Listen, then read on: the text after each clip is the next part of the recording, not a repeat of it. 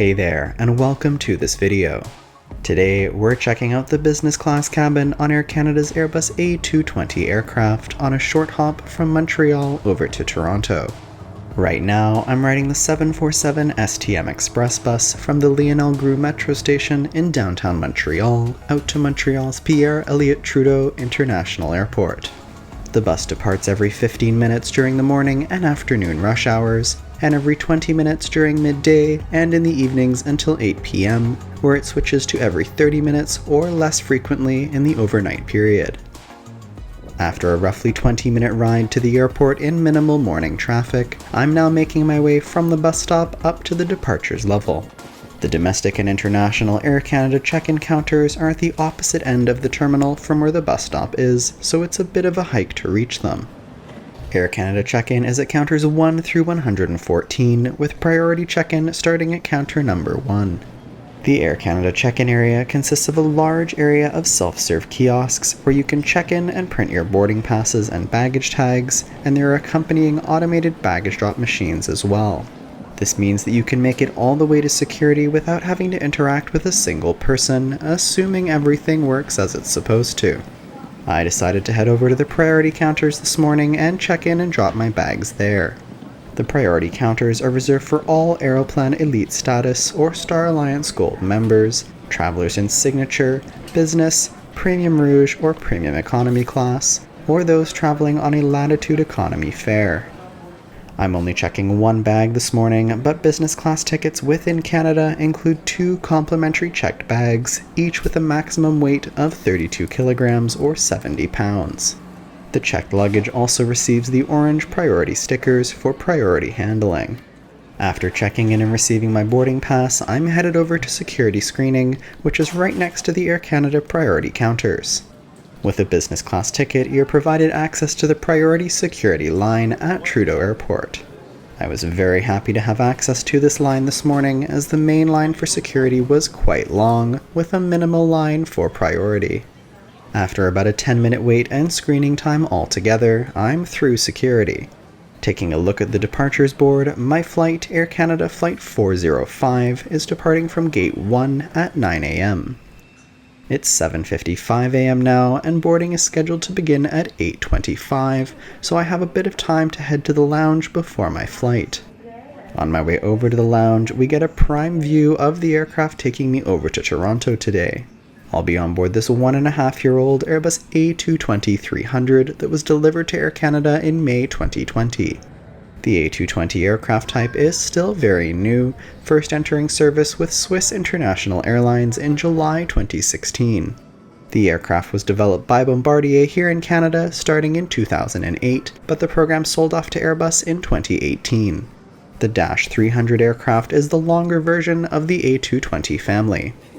Continuing our walk to the lounge, it's located up on the second level above the main terminal concourse, with the entrance to it located at Gate 3, so very close to my boarding gate for today. Access to the domestic lounge is included with business class tickets or for any travelers with Aeroplan 35K status or higher, or Star Alliance Gold members. Entering the lounge, you can head upstairs using either the elevator or staircase. There are hand sanitizer stations at the entrance as well, and in the foyer upstairs, a stunning model of Air Canada's 787 Dreamliner. At the counters at the entrance, you scan your boarding pass and are free to head in and enjoy the lounge. Taking a quick walk through, this area has lots of comfortable lounger seating and also high tables with stools and power outlets for working. Taking a look out the window, we get a great view onto the apron in front of gates 1 and 3, with my aircraft for today parked at gate 1 to the left. In general, the appearance of the lounge is quite outdated and not very modern, but it is a nice quiet place to relax away from the busy terminal concourse. Continuing our walkthrough, heading further into the lounge, we have some out-of-service drink dispensers and cafe-style seating. There's a food and drink service counter here with some cold grab-and-go items like breakfast fruit cups, overnight oats, yogurt, Nutri-Grain bars, Danishes, and chocolate chip cookies. There are also bottles of water and orange juice to take with you. I decided to grab a Danish, cookie, and a bottle of orange juice and a water. There are also hot food items that are available for order through the QR codes on the tables throughout the lounge. After ordering through these, food is delivered to your table, usually within a few minutes. I found myself a seat in the lounger chairs by the windows to eat my breakfast before heading downstairs to the gate. It's perhaps not the freshest Danish I've ever had, but it does the trick, and the chocolate chip cookie was tasty as always. It's 8:15 a.m. now, so I'm gonna head down to the gate with 10 minutes to go before boarding begins. Air Canada boards their aircraft by zone number, with Zone 1 for business class and Aeroplan Super Elites, Zone 2 for all other elite status members, and Zones 3 and up for economy passengers without status. Boarding for Zone 1 got underway at 8:27 a.m., just 2 minutes after the scheduled start time. Stepping on board the aircraft and taking a right, we're now standing in the 3-row business class cabin with 12 seats in a 2-2 seating configuration. I'll be seated in row 2 for this flight in seat 2A, which is the window seat on the left side of the aircraft. These business class seats are fairly standard recliner chairs that are wider than the economy seats and have larger armrests. On this aircraft, they have a fabric back, leather base, and a leather headrest, and are very similar to the business class seats installed on Air Canada's Boeing 737 MAX aircraft. Overall, very modern and clean looking. There's enough space under the seat in front for storing my briefcase, but the underseat storage for the seat adjacent to me is a bit awkward since the chair leg in front is directly in the middle. The overhead bins are a good size as well, and I managed to fit my standard sized rollerboard bag and winter coat above my seat with no issue. Every business class seat is equipped with a large seatback entertainment screen, which we'll tour in detail later in the flight. Lower down on the seatback in front is a pocket for storing magazines or a book, and another pouch further below that for storing the provided reading materials or any other items you wish to put here. Near the floor, there's a footrest which folds out, though I find it's a bit difficult to use as there isn't very much space to stretch out with it, especially when there's something stored under the seat. Looking at what materials are provided at the seat, we have the safety information card for the Airbus A220 and a couple air sickness bags. On the top left corner of the seat back in front, there's a small coat hook, though I opted to put my coat in the overhead bin instead. The tray table for the seat is stowed in the left armrest and pops out for use at the push of a button. Usually, as is the case in many economy bulkhead rows, you have to very awkwardly pull the table out of the armrest, so I really like this push button feature. The tray table is huge and can be used in either a half or full configuration. It's also mounted on rails such that it can slide inwards and outwards. On the opposite armrest, there's a deep pocket for storing items, though you're not allowed to keep things here during taxi, takeoff, or landing. Also on this armrest are the controls for the seat recline and chair footrest, which we'll check out later in the flight.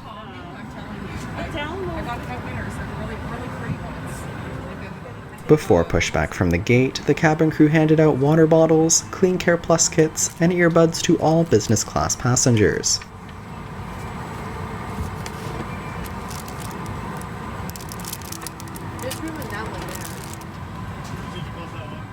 Taking a look at the earbuds, they're packaged in sustainable paper packets as opposed to the plastic bags they used to be provided in. The Clean Care Plus kits, on the other hand, not so sustainable, with lots of plastic involved in the packaging. Air Canada distributes these kits to all passengers on all of their flights as a part of their commitment to passenger safety during the pandemic. In these kits, we have some individual packets of hand sanitizer, some disinfecting hand wipes, and a multi-layer disposable face mask.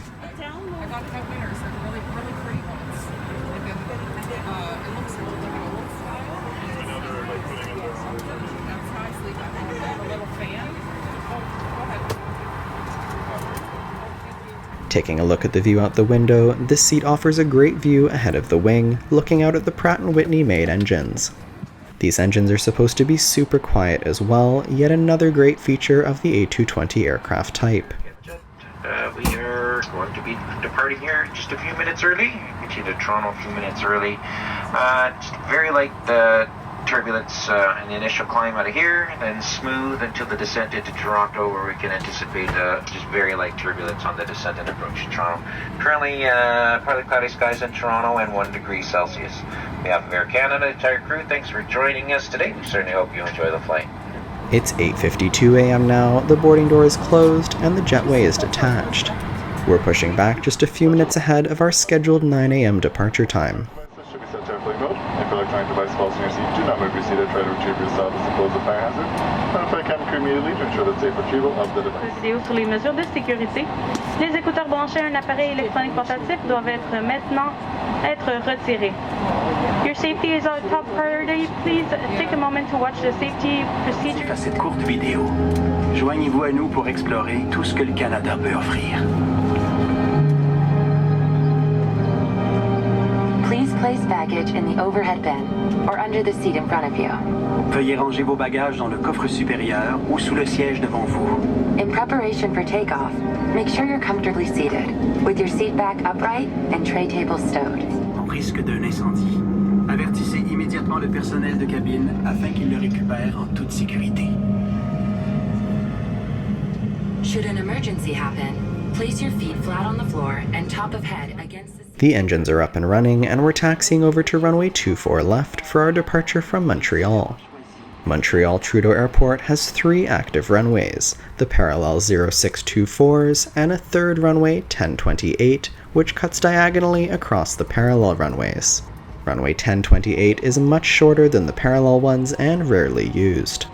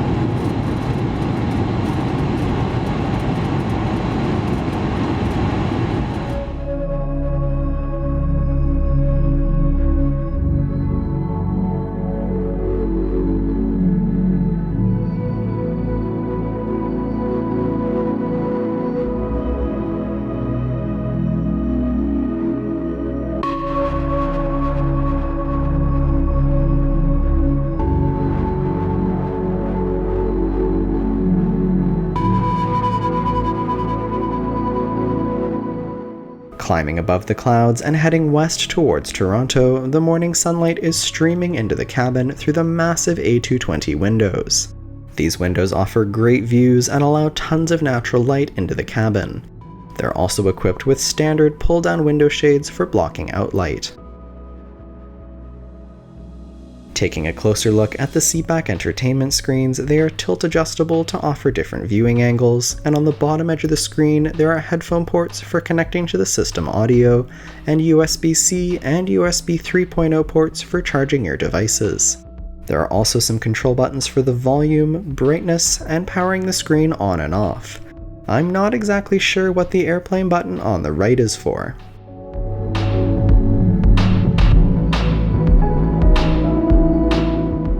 Taking a look at the on-demand content available, the system is loaded with movies, TV shows, music, audiobooks, and podcasts, with the same range of content as found on the entertainment screens in economy class.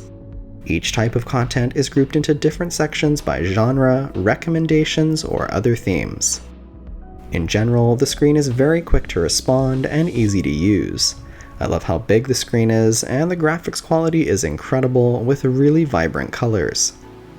You can also view the food and drink items available on this flight, though this seems to be targeted to economy class passengers as the business class breakfast menu is not shown and alcoholic drinks have a cost associated with them.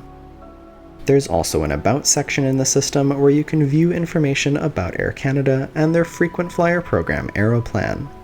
Here you can also view detailed fleet information in 3D, but unfortunately the A220 aircraft type that I'm riding on today isn't included in the fleet list.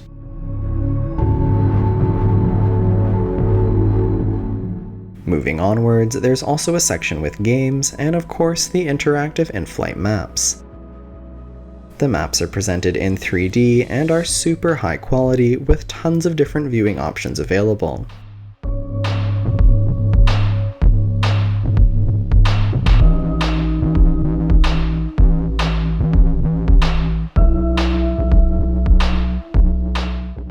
In the settings menu, you can adjust the system volume, display brightness, and turn off the screen, as well as enable various functions like parental control and night mode.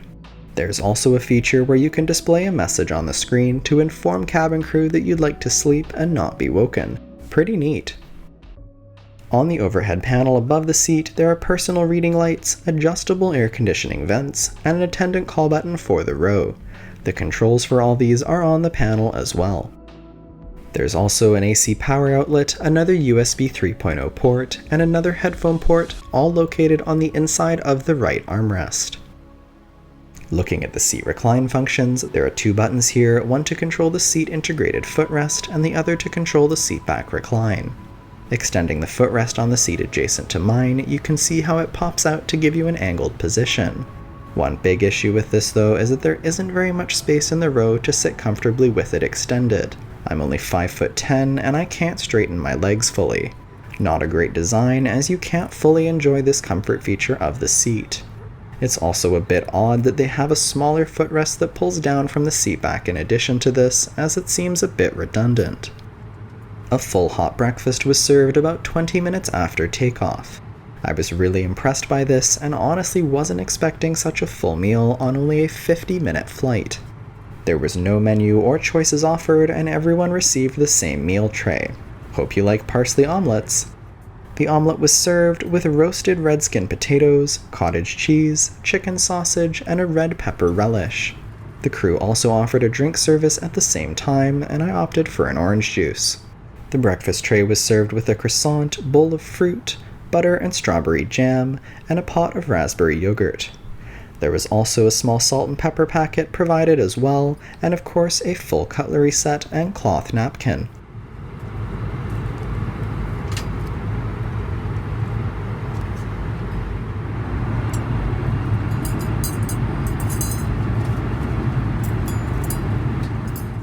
The fruit was tasty and fresh, the croissant was cold and a little hard, but that was made better with the jam, and the omelette and sausage were delicious.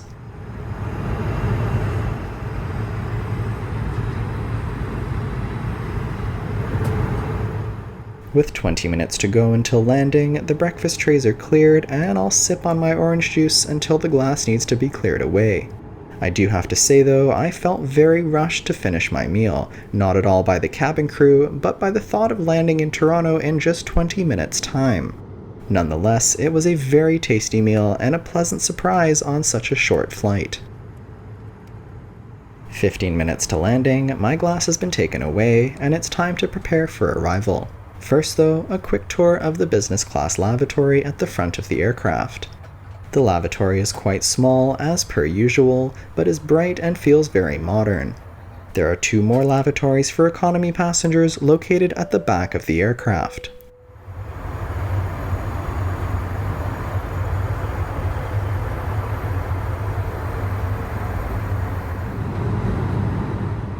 Back at my seat, some general comments on the cabin as we begin our descent. Although it is quite a small business class cabin, it is very comfortable and modern. The accent lighting that runs through the ceiling helps give it that modern and fresh feel, especially the light blue colors in the cycle.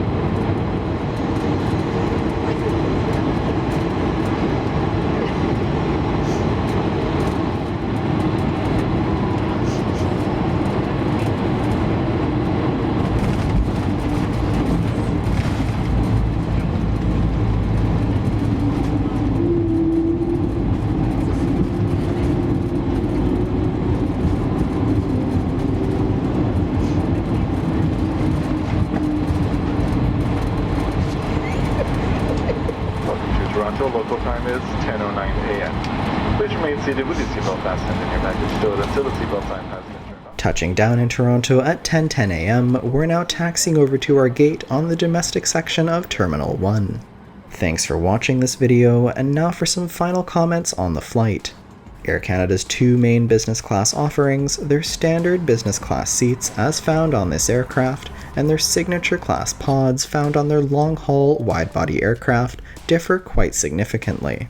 The standard business class seats on the A220 are comfortable and fairly spacious for short to medium length flights within North America, and would be comparable to the premium economy seats found on Air Canada's wide-body fleet. My one issue with these seats is the legroom space, particularly when extending the chair's built-in footrest. Your feet essentially get crushed against the seat back in front, and it's not a very comfortable way to sit. It seems as though the bottom of the seat in front is the biggest issue here, and could be remedied by creating a cutout or sloping the seat corner to give more space. Aside from the legroom, the entertainment screens at these seats are stellar, and the service throughout the flight was great. With a delicious hot breakfast offering, I would be happy to fly in this cabin again on the short Montreal-Toronto route.